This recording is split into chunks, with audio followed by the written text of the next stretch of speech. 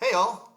Hey, last time on our video blog, I said we would begin a series of video blogs based on the idea that some of the best things we learn by copying or imitating those who are worth copying. And we said if we wanted to live life the way the one who designed us, the God of the universe who created us, if we want to live life the way he designed for us to live, then maybe we should copy him.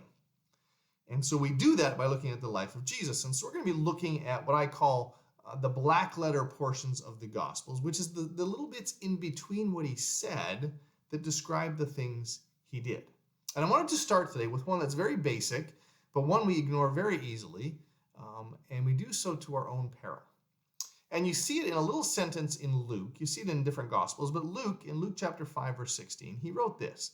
He said, Jesus often withdrew to lonely places and prayed. In fact, Luke mentions this a number of times in his gospel. And I think when we see this little thing, it's not a throwaway line. It's something that if we want to imitate and copy is well worth doing. And I see three things that come out of this that is helpful for me. One is that he used the word often. This was not something that Jesus did randomly. It wasn't a once a year retreat. This was something that Jesus built into his life on a regular basis because he knew that his soul needed rejuvenation.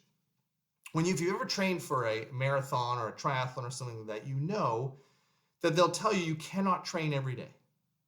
They actually build into your training schedule rest, where you do nothing. And it's because the cells in your body, your muscles, they need to rejuvenate, they need to rebuild, they need to recover from the damage that's been done to them. And when they do that, they actually build back stronger. It's essential. You can't work out every day. And if that's true of our physical bodies, I wonder how much more it's necessary for our souls. But second, it says he withdrew to lonely places. There's a sense of getting away, of being on your own. It's not good enough just to have an alone moment while you're standing in the grocery store line. There's a sense of removing distractions, of not having things that get in our way.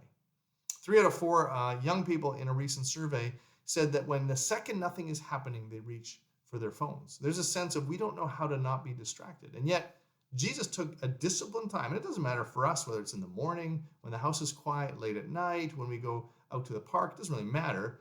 But there's a sense of getting alone and being able to listen to God as well as speak. The biggest part is, well, what did he do? And it says he withdrew and prayed. And I'm not sure what vision that puts in your head, maybe of kneeling on the ground and praying, pouring out prayers and praises for long periods of time. It's kind of what I thought as a kid.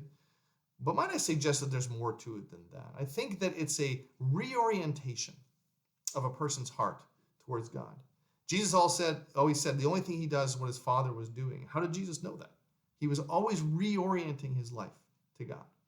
Because what happens in the normal flow of life is it's very easy to lose perspective. We get tired. We get angry. We don't see things the right way. People frustrate us more. There's more disappointments. We don't see things the way we do. Our decision-making isn't as sharp. We respond with panic and with worry. When we get alone with God, talking to him and listening to him, he has this ability to reorient us. But what does that look like? It's lots of different things. But maybe it's just taking time to grieve the things that have saddened us in the days before. Maybe it's just laying out to God the things that have disappointed, the people who have disappointed us, and saying, I don't want to carry these, God. I need you to do this, and I need to have your heart for them. Maybe it's just to love God again, to see and identify through the discipline of thankfulness and just recognizing the things he's done for which I need to be thankful. That's a perspective shifter.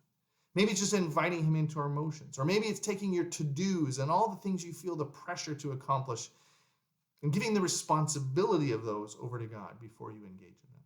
It could be a lot of things. This is one of those things, my friend, that never happens by accident. Time alone, withdrawing, getting apart never happens when we do it only when schedule permits. Then schedule will never permit.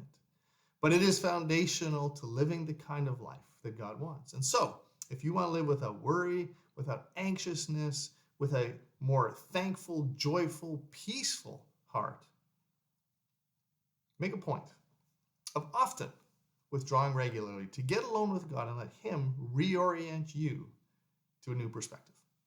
Till next time.